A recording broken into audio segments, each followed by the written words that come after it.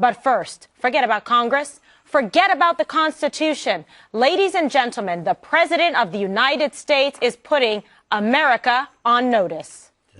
I've got a pen and I've got a phone. And I can use that pen to sign executive orders and take executive action. Where I can act on my own without Congress, I'm going to do so. I've got a pen to take executive actions where Congress won't. And I've got a telephone to rally folks around the country on this mission. President Obama warning once again today that he doesn't need to follow the laws of the land to turn around the economy. Well, a lot of Americans are concerned about that, including radio host Rush Limbaugh. Ooh. Surprise. He can do executive orders to make things fair. He can do executive orders and executive actions to get rid of the unfairness. He's going to make this lousy country finally fair. Now, he might have a pen and he might have a phone, but what he does not have is the constitutional power to run this country like a dictator. So Rush calls it the moves of a dictator, and one prominent lawmaker is calling it lawlessness. Here's Senator John Cornyn. It's one of the most common questions I get back home in Texas is people wonder, why can't you stop this? What do you do when you have a overly politicized executive branch, including Eric Holder, who refused to hold the president accountable, refused to enforce the law, and you get what we have now, which is essentially a lawlessness in the administration that is very troubling, to say the least. One thing I don't like is when you disrespect the law. All right, so Eric, moves of a dictator, is Rush taking it too far, or is that exactly what this is? No, it's exactly what it is. I've made a quick list. Passing Obamacare through backroom deals, changing the Obamacare law arbitrarily after it became law. That isn't in the Constitution either. Recess appointments when Congress isn't technically in recess. He did it. He used the executive pen there. He sends drones to kill U.S. citizens, which is highly questionable. These are all executive pen measures. So when people talk about, and by the way, he's going to take into things like gay rights, the environment, and other special interest groups down the road as well. He's promised us he's going to do that. So when other presidents use the executive pen, they use it for things like, should we lower the flag at half-mast for someone who died and things like that. When President Obama uses it, he changes the way America does business. So that pen in his hands is far more dangerous than any other president, at least in modern history, if not ever. 3 more years to use it. Let's hope it runs out of ink.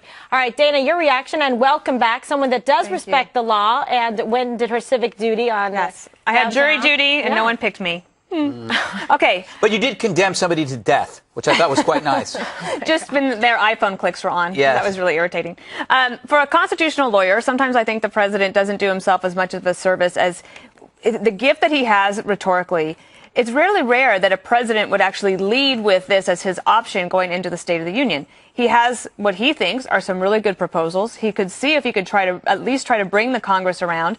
And then when they don't come around to his proposals that he's going to announce in 3 weeks, then you could say, all right, then I'm going to try to do executive action. It's rare that they start with executive action. I also think that the other thing that he doesn't have is the power of the courts. And one of the things the businesses don't like is executive orders because they're not as solid as law. And the president, in a 5th year of a presidency, soon to be the 6th, is actually starting to see that now, not just in the circuit courts, but all the way up to the Supreme Court, which are overturning things that were decided earlier on by executive action and then throwing everything back into disarray. So what American businesses are looking for is certainty, and executive orders really don't get them that. All right. And, Greg, I'm noticing that your tie picks up on Dana's beautiful turtleneck. Just wanted to point that out, a beautiful shade of turquoise. We're going to get to that later. All right. I'm not so much we always hear about this executive order stuff. I'm more interested in 2 factions. One is the press. The media enables this thinking. They don't think Obama is accountable. They think he's mountable. They don't speak truth to power. They hump it. They are willing to work for this man. They're okay if he is a dictator. If Obama declared that every Tuesday is Eat a Dog Day, the New York Times would ask Pekingese or West Highland. In 2010, Woody Allen said that he felt that Barack Obama should be a dictator so he could get things done. And the first thing, obviously, that Woody Allen wanted done is to make it legal to have sex with stepdaughters.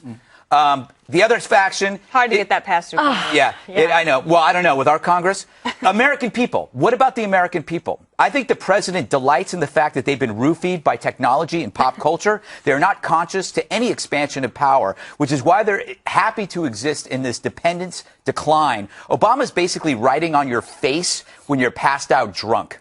Ugh, that is not nice. Mm-hmm. I mean, it's never happened to me because I don't do that. All right. So, Bob, you've been sort of making nice noises compared to other ones you make. But well, first of all, have you noticed every time you open the show, you always come to me last every single time? There's one way to look at that. Yeah, Save the best let me back clean up so I can kind of clarify some of the stuff that's put on the table. We'll give you First of all, time. he's not reversing any laws. Secondly, presidents do a lot more than signing executive orders about flags at half-staff. Every president has interpreted laws the way they think they should be interpreted.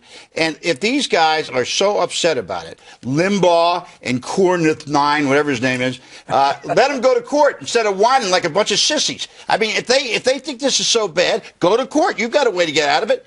But they are going to court, and that was my point, Bob. And for example, on the National Labor Relations Board, the president is about to be handed a serious defeat by the Supreme Court. That's right. Well, that's fine. If that's the way it is, if that's the way the Supreme Court... So they've wasted our time for 5 years? They're not going to do it on all these executive orders. Maybe one or two have been struck down. But wait a second. If he wants to do this thing, he's got the right to do it. And if these guys just are going to be little babies about it, then let them... They talk about it. They get on the air and talk. Limbaugh talks about it. Yeah, but Rush, you got a lot of money. Sue him. Isn't that what our job to do is right there in media to discuss what Why don't you sue him? You got a lot of money. Politicians are doing so that they stop doing it. We expose some of the stuff, as Dana points out. The NLRB, what actually went on is when Congress was away, but not technically in recess, they were home, they never gavelled out. They're still in session.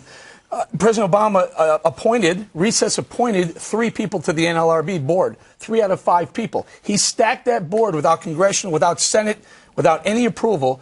And now we're finding out most of the rulings that have come down for the last 2 or 3 years might have to be thrown out of court. There's been thousands of rulings, and as far as I know, there's been 3 that have been overturned. But do you know how much money the American taxpayer has wasted? Would you get back to the reality? You talk about the National Labor Relations Board, which makes some sense because they did it when they weren't in recess. But outside of that, the thousands of others he's done, have they been challenged? No, but have they been overturned? No, but Bob, I think what Eric is saying is important.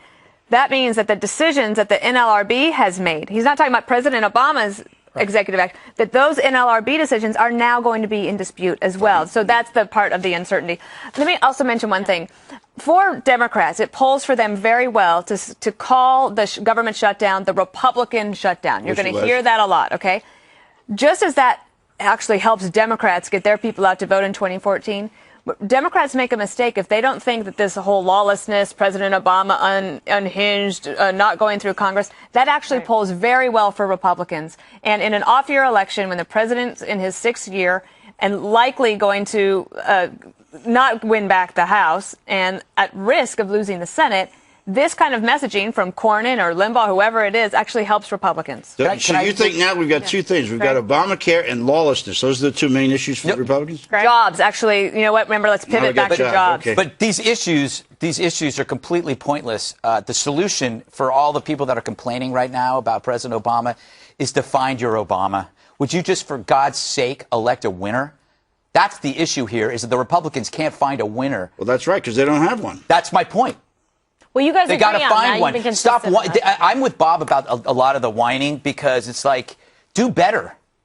You know? Eric, answer that. No, it's not whining. It's really not whining. It's President Obama abusing the executive order, abusing the executive pen. Well, so say a lot of people. I would say a lot of the taxpayers who are going to end up paying for a lot of the relitigation of all these lawsuits that went through the NLRB, and I can't think of any of the other ones, but there's going to be countless attacks on some of the decisions he's made with the executive pen. Countless. That's us. That's our money, Bob. Let alone the hypocrisy. And the thing is, it's and he's a constitutional lawyer. Right. He must have slept through class. It's not constitutional. That's why. For one thing, National Labor Relations Board. What about the rest of it? Actually, Bob, Obamacare hasn't won in the court. No, but changing the Obamacare law on his own after it became law. He did that on his own without Congress. That's been in the courts, and the appeals court took one of them recently and knocked it down. It hasn't gone to court. No, that just happened. Endless numbers of them in the court. Are you kidding? They've been filing laws against the Supreme Court ruled on Obamacare. No. We're talking about after it became law. Supreme Court said it's a law. It becomes law. Now, And President then he Obama changed it. says, you know what? I'm eliminating employers from the mandate. He arbitrarily took it upon himself to change the And law. that is in court. No, but it It's hasn't been not. ruled on yet, Bob. No, It's Bob, it happening. hasn't been decided Well, on excuse me, yet. And it begs the I'll have to question, if check he can this, do all but- that, if a new president comes into office, can he just executive order and wipe it away? Within the law, sure he can. Huh. The Go ahead, issue Jay. here isn't what the president is doing, is who lets him do it. So when a new president comes in, a Republican perhaps will not have the same ability to pull these things off because the media won't let him. That's why I go back That's to the true. initial villain in all of this is the media, the mainstream media, not reflected here, that are willing to let him do what he wants because inherently they agree. We will end it on that note. Good for